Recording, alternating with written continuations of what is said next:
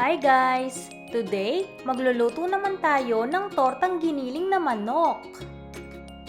Gusto nyo bang matutuhang lutuin ito? Panoorin nyo ang video na to hanggang sa dulo Tara! Magsimula na tayo! So guys, bago pala natin simulan ang video na to, siguraduhin nyo muna na napindot nyo na ang subscribe button at mag-comment kayo na I subscribe at personal kong tutugunan ang inyong mga komento. At heto ang mga sangkap na gagamitin natin. Meron tayo ditong giniling na manok, green peas, patatas, carrots, bell pepper, tomato sauce, sibuyas, bawang, chicken cube, paminta, asin, lemon juice, dahon ng laurel, at gagamit din tayo dito ng mantika at ng tubig. Sa isang lutuan, maglalagay lang tayo dito ng mantika at once na mainit na ang ating mantika, pwede na natin gisain ang ating sibuyas, bawang at isasabay na rin natin ang ating dahon ng laurel, paminta at ang ating chicken cube.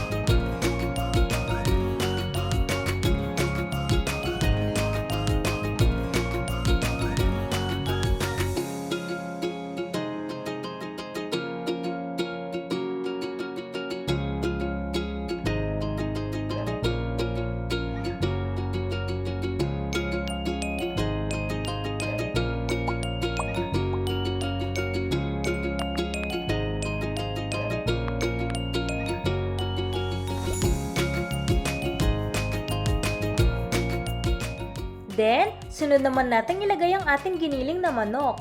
Lulutuin natin ito ng mga ilang minuto.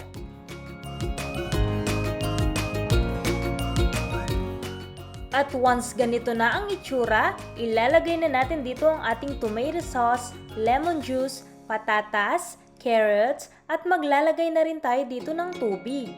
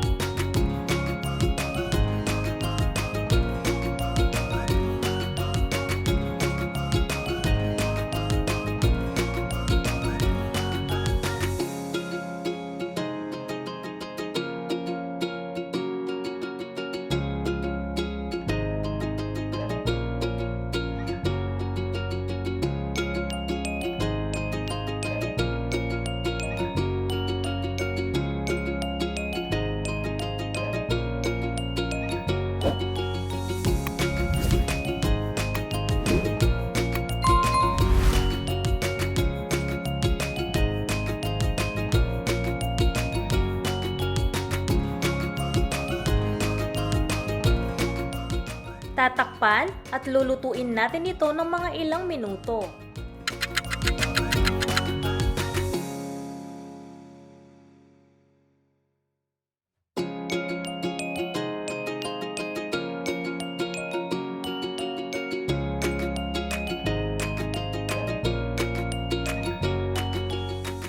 Then, maglalagay na rin tayo dito ng asin.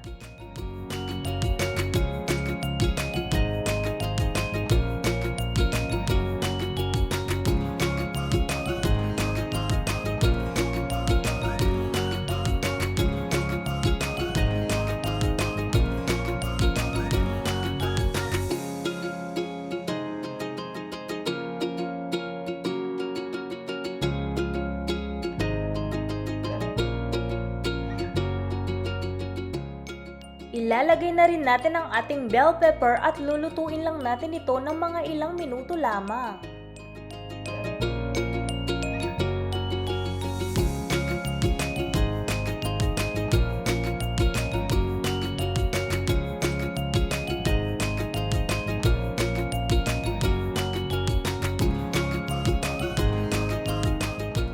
At sa puntong ito, ilalagay na natin ang ating green peas.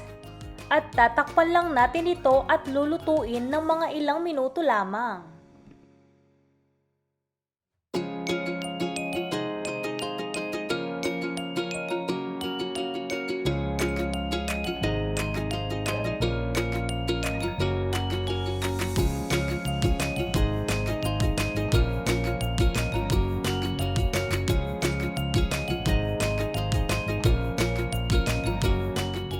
O diba, itsura pa lang, napakasarap na.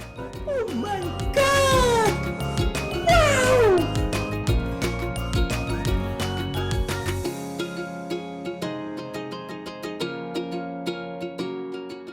At pagkatapos ng mga ilang minutong pagluluto natin ng ating masarap na tortang giniling na manok, pwedeng-pwede na natin itong iserve. At heto na guys ang ating napakasarap na tortang giniling na manok recipe. Bon appetit! Sana nagustuhan niyo ang recipe ko na to at itry nyo din. Alam ko na sobrang magugustuhan niyo ito. I hope you guys enjoy this video and please make sure to thumbs up, subscribe, and hit the notification bell for more updates. Thank you so much guys for watching. See you in my next video.